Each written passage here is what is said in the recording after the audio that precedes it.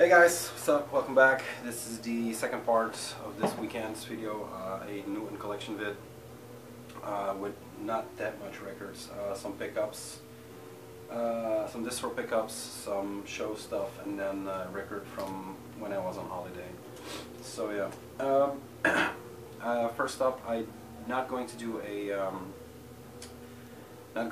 a show bag for the Watain show because I didn't get anything. The only thing I got was this 20 years of Watain pin. I got the 10 years and now the 20 years, so here's to 20 years more for them if they want to.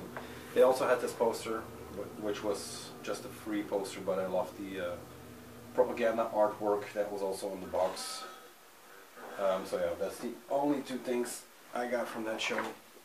And a hangover, small hangover. So yeah, that's that. I'm going to put that away for now. What else was there? Not much. I realized I forgot to show the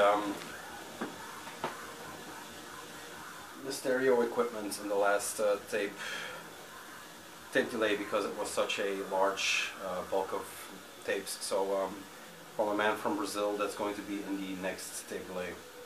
Sorry for the delay. So yeah, let's get into it. What's playing in the back is the Cruel Commandos Synagoga Satanae. It's been popping up on the social media boards everywhere because I think they're already on the third pressing. Final Agony went live yesterday, so it's good that they keep such ugliness in print because a lot of people were looking for that record, so yeah, that's a good thing. First up, a order from a Finnish label. Finland will be the main theme of this video for some reason. Well, not for some reason, but it's weird that it's all coming together. Picked up these 3 records from that distro. I'm going to link it below because I have no idea how to pronounce it. We went to Finland last week and those names are crazy. They have so much vowels and stuff like that that it's almost impossible to pronounce or to get some notion of what that language is about. So the distro / label, it's the distro, the label that does Kuunpalvelus, something like that, the label that does Cosmic Church and stuff like that. More about that later. The first thing I picked up, I wanted to get the Frozen Graves records and it was sold out everywhere, but they still had it because they are distributing it.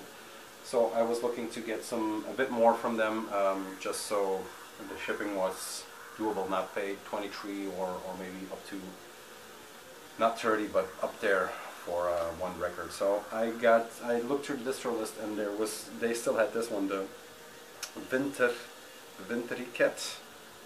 Winterriket, I'm not sure, and I got it for the Orodrun side. Wow, those names. This is a split release on Apelion Productions, and it's the Winterriket Orodrun Das Winterreich Visions of the Palantiri. So a split between those two bands. I think this was 2012. It originally CD maybe yeah, it says 2002 and 2007, so maybe I'm doing something wrong over here. Anyway, it's a split between those two bands. I'm not too familiar with the Winterriket. It is a German atmospheric black metal band, but that's all I know. Because I haven't delved into it, because like I said, I mainly got it for the Orodrun. Orodrun is Baron Erich Malachi, or however you pronounce that one, the guy who is also behind Hate, or Haat in Dutch, and is in Blood Tyrant and has ties to the Old Tower stuff and the Shadow Kingdom and stuff like that. So I'm slowly delving my way into his back catalog. Nothing much to see here. It's just a common split between those two bands. The music is, especially the Orodrun side, is cool. It is on black vinyl. There are 500 pressed of this record, and the first 100 came with a patch or something like that. This is just the standard black,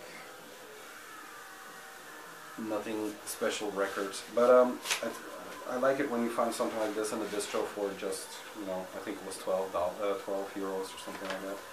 So yeah, first one, first record of 2018, except for the introduction bit. Then the one I was after was the Frozen Graves.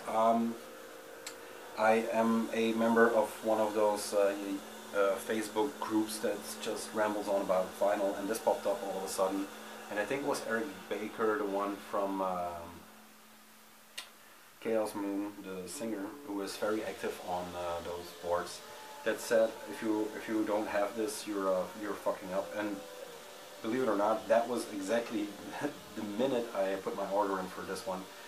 Frozen Graves on Kuunpalvelus, says here. The back is a bit weird with a rabbit, a duck, or a platypus, I don't know what it is, and a frog. Introduction, Secret, Eye on the Flame, Eaters of Flesh, Enter the Brotherhood, Still Work at Dying, Pujari, and Burial Silence. Frozen Grave is, I don't know if it's a side project, but the guy from Cosmic Church is in Frozen Graves. So that is what piqued my interest, together with that cover. Now, yesterday I learned that Cosmic Church is over. There is an whole explanation on Facebook, on their page, as to why it's come to a conclusion.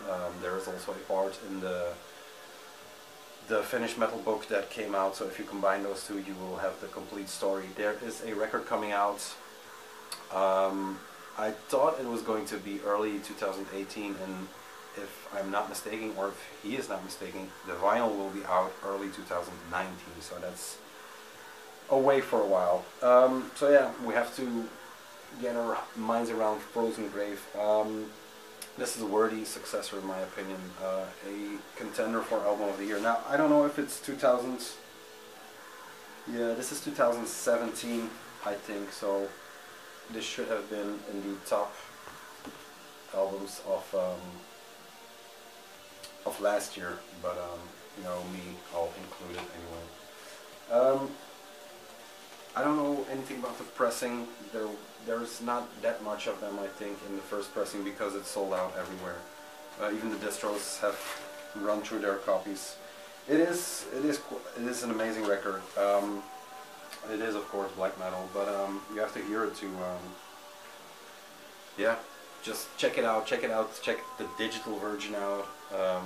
Just get your hands on it. Frozen Graves. If you're into what these guys are doing music-wise, it's quite a different. It's kind of a different style than Cosmic Church, of course, but very, very worth delving into. And I'm really glad to score a copy. I don't know if it was the last one, but I'm close to. Cheers. Last from that update was they still had this one, the True Werewolf Endless Journeys. Now, I don't like covers with dragons and stuff like that, but this is a quite cool cover. Let's see that I don't mess it up.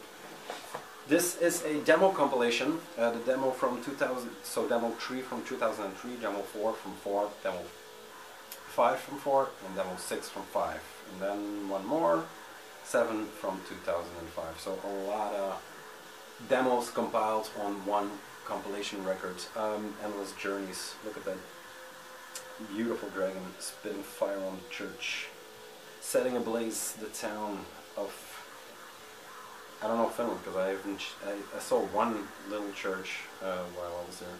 This is a co-production from Final Agony. This is FA25, and then Astral Temple, and this is Astral Temple number 1, and that's a label to keep an eye on. Also, I have that Kiri record or something coming in, so I hope that will be here very soon. This is a double LP compilation from the werewolf himself, just on black. The center labels are logos, band logos, and label logos. God damn it! Shit. So yeah, the other one is just black with the Final Agony logo.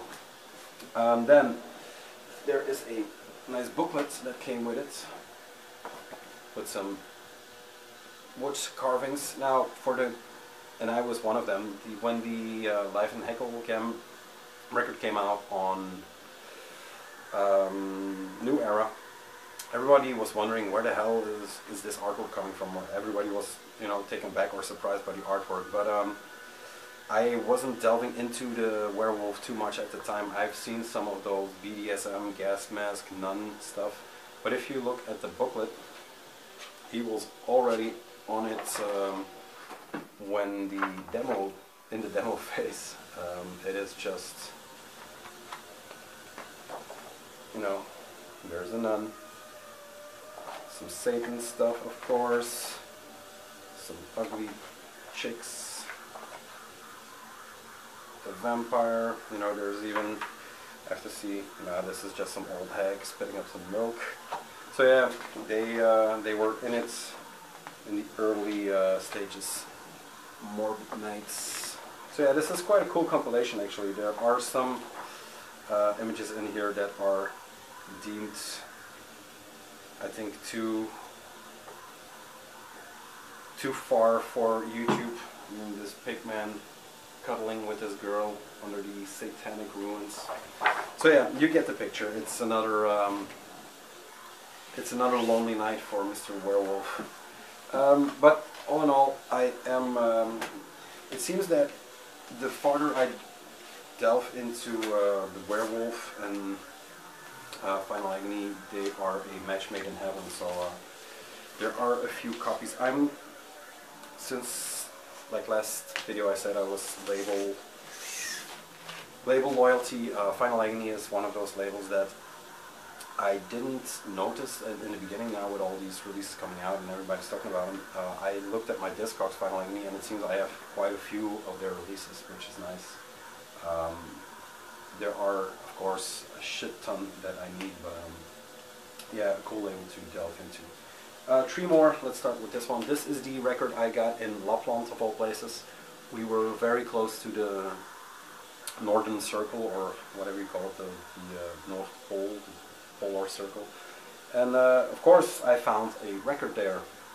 Now I have to be honest, I kinda cheated the guy out of some money, because it was a second-hand thrift store and they all had like ABBA and whatever shit a thrift store has, nothing really good. There was a Hendrix record that I left because I just wanted this one, not too heavy to carry stuff. But this is, and forgive me, but Cansantur van Musicomissio 666, I can read that. I saw this in the bins and I didn't realize what it was, but everyone who loves this channel or likes this channel knows that if you see this in a bin, your interest is piqued. I thought it was a soundtrack, and he was asking 40 euros for it. It is a beat-up copy. It is laminated. It has sticker marks all over it. There is no insert. There is no original inner bag, so I thought 40 was a bit much. So I looked it up on Discogs. I realized everything that was wrong with it, so I just swiped the outer covers and paid like 12 euros for it. I am a nice guy, but when it comes to records, I'm a dirty scumbag. So this is a, I looked it up and already forgot it again. This is we were at Rovaniemi, which is quite high up in Finland. This is a kind of a local band from Uevu or something like that. A punk band from 81, 83, around that time, and they this is their only full length, I think. He put it on, and he looked it up on YouTube, and I was instantly, yeah, I'll take it. The fact that it's beat up and scorned, and it even has the stamp from the local library. It's a library copy, so I don't think I ripped them off too much. Anyway, it is a noisy, punkish. Yeah, if Circle maybe was a bit earlier and a bit harsher and a bit noisier, that's how I will compare it, or what I will compare it to. It's less poppy than Circle, of course. On Barabbas Records, there we go, another library stamp from the local library. I love it that it has that. I love that this record has that story now. That I went with my dad and with my brother, and I still managed to find a record store in the Arctic, so dedicated to the craft. There is, of course, the mandatory patch from the Finnish flag, and it's cool that it says there's some story about the flag. The white is said to symbolize the The white is said to symbolize the whiteness of the snow that covers the country. The blue is said to symbolize water in the land of 1,000 lakes. So yeah, and there's another gem for you, metal gem. So yeah, I had to get that one. And I also got this one. Nothing record related, but they had the Martini with the double T, double I knife factory there, and these were, they almost gave them away for nothing. This is a birch handle, the national tree, with a Damascus blade. And I like knives. I don't know if I ever mentioned it in these videos or something like that, but yeah. I don't buy souvenirs, I buy knives and upside down cross patches, I guess. Two more, or three more? No, two more. One just a record, one with a story. So let's get into them. Nobody cares about my travel stories anyway. This is Summon with Dark Descent of Fallen Souls. Once again, Werewolf Productions. When I shit the bed on that WRWLF, it's coming in. I'm waiting for the European distros to get their stock, because I don't know why, but it takes a while. But it's coming, I guess, maybe this week, which I'm very glad about, that I don't have to shell out $250 or whatever for that record. I was looking into Werewolf records and I saw Summon popped up, and I thought it was another Finnish project. It turns out this is a Michigan black metal band from the early years, of US black metal, 91 or 93. Damn, now I'm not sure anymore. Anyway, it's early. I think they formed in 91. Then I had to study a bit more. Let's see, Dark Descent was executed 69. Yes, so they started in 91. They had their demo in 95. And then I'll flip the record first, so I can think some more on what Summon did. There we go. Like I said, 91 started, 95 was the demo tape, I think, and then the Dark Descent of Fallen Souls, which is their debut, came out in 96. CD only, and at the time there wasn't much black metal going on in the States. They mirrored some of the sentiments from the European scene going on in that time, but it was mostly death metal. US was had the death metal reign at that time, so they were like the only, or one of the only bastions of black metal going on at the time. Necromodius, Xapen, and what's that? Amduscius, demon of disturbing chaos and destruction, scorching winds, fiery six strings, kindler, key and flesh desecration, barbaric bass hallucinations, eternal screams, dude. That's so good. This is the re-release by Werewolf Productions. Of course, they picked up the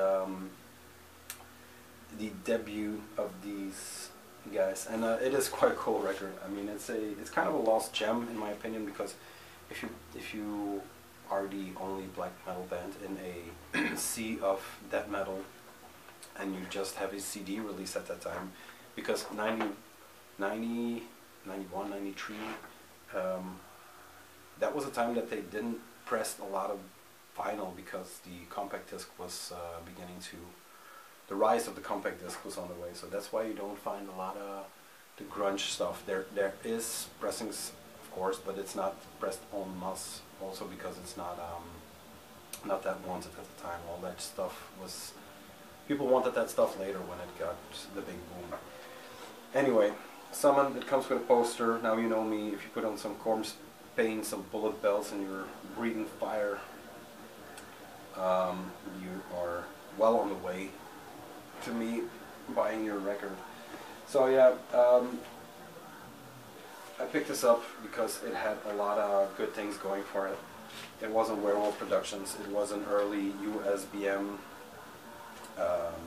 band with their debut, and yeah, that was quite enough for me to get it. I got this at Osmos. I think they still have it. This is not the way the Farirov record. This is not selling out everywhere, but it is worth picking up in my opinion. Green vinyl seems to be the theme going on for this year, so let's kind of continue with that. This will be last, of course, now that I said that. But yeah, pick this up if you are into kind of, I don't know, the history of black metal maybe, but it's just a good record in my opinion. It is in the style or in the vein of the early Norwegian or Northern European black metal, so yeah. But with a US twist, of course. It is not just a copy. Let's keep it at that. Then the last one. This is quite a funny story. Funny, haha. This came with it. I'll explain later. This is a trade I did. If you have seen, or if you also follow Michael Laura on YouTube. If you don't, you're fucking up.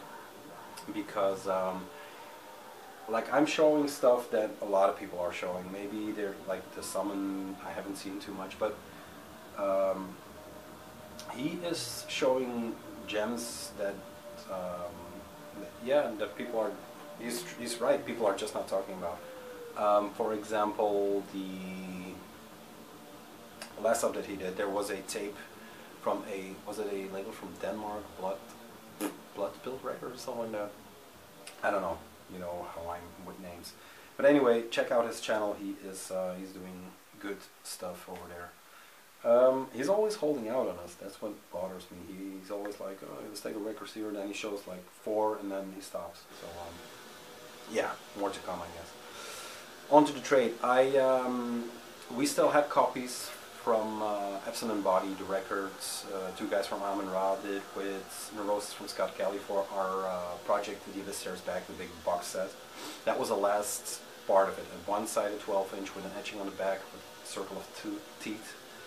And a very good, long, bassy, early goth flash with some more harsh vocals on it. So yeah, great record. He wanted that, and he offered me a trade. So I said, yeah, what do you got? And he had the AMSG records that I was kind of looking for. I had the chance to buy the black one a million times, but I knew I was going to get the more limited version, limited to 100 some way. So I always held out for it. I have one. I have the Splitlets folder and stuff like that, but I don't have a lot of AMSG for this. And I love this record. I listen to it quite a lot. Digital. This is on Profound Lore. Whitehead cover, one of his better in my opinion. It is a gatefold, of course. Angel Fuckwitch Hammer, Bzat, and what's that? Adranmenech. And I've looked into this quite a bit. It's called Hostis University Generous. They have a lot of past members. One of the members is the guy who now does Gulvanatu, the one Wyatt was talking about, which is also a very underrated project. He is right. I have the tape box over there. So yeah, the trade. I sent him the record. He got it. But then I was waiting for mine and it didn't come. It appears it was still in the car of Mrs. Laura, which wasn't a problem. And he sent it to me, and all of a sudden I got a phone call from my wife saying, hey, the mailman's here and he wants $50 for a record. I said, and I told her, yeah, like, I don't know, man, just do it, I guess. I thought it was go to Warwick's, and the customs was fucking me again, but it turned out it was this one. What he did was,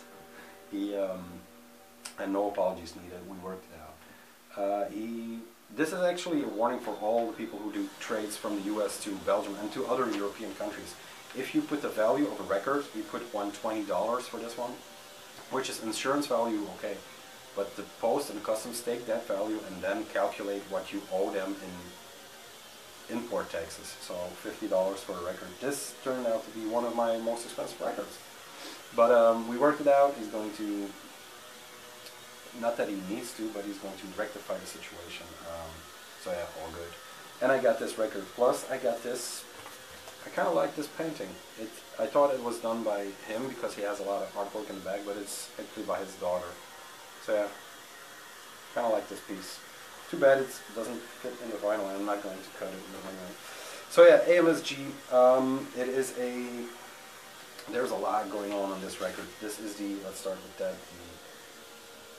The Venomous Green, Oxblood Red merge vinyl color, limited to 100. The entire run was 500, I think.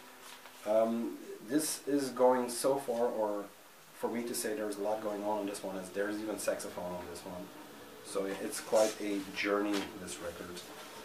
And they started out being more just anti-cosmic, not plain black metal, but more focused black metal, more satanic, stuff like that. And now they are branching out and doing something more of an experimental, not without the satanic stuff. There is a focus there in the lyrics and in the themes of the music that keeps the definite focus, but the sound is expanding into, well, let's just say a cosmic realm or a bigger realm. So yeah, that's AMSG. Now I know he doesn't use download codes, neither do I, so yeah, if you want it, I almost threw it away because that's my thing. I just threw it away. That's it. First vinyl updates. I made sure my beard was okay. I looked terrible on the last video, even with the sticking out. So yeah, anyway, that was it. I hope you like it. There is one guy who keeps giving me a thumbs down. I couldn't care less, but if it's you, just let me know why so I can maybe fix it. I don't know how to fix it. Maybe it was because I was looking like shit. In that case, you're wrong. You are right. Guys, a knife, a patch, a pin, and some records. I think that's enough for this weekend. Up next is the Belgian black metal video that takes some. I am approaching those as, you know, like study material for myself also, because I'll explain in that video. There is some delving into, because I'm not all-knowing, of course. Guys, thank you very much. I see you, I think, later this week or maybe early next weekend. Bye.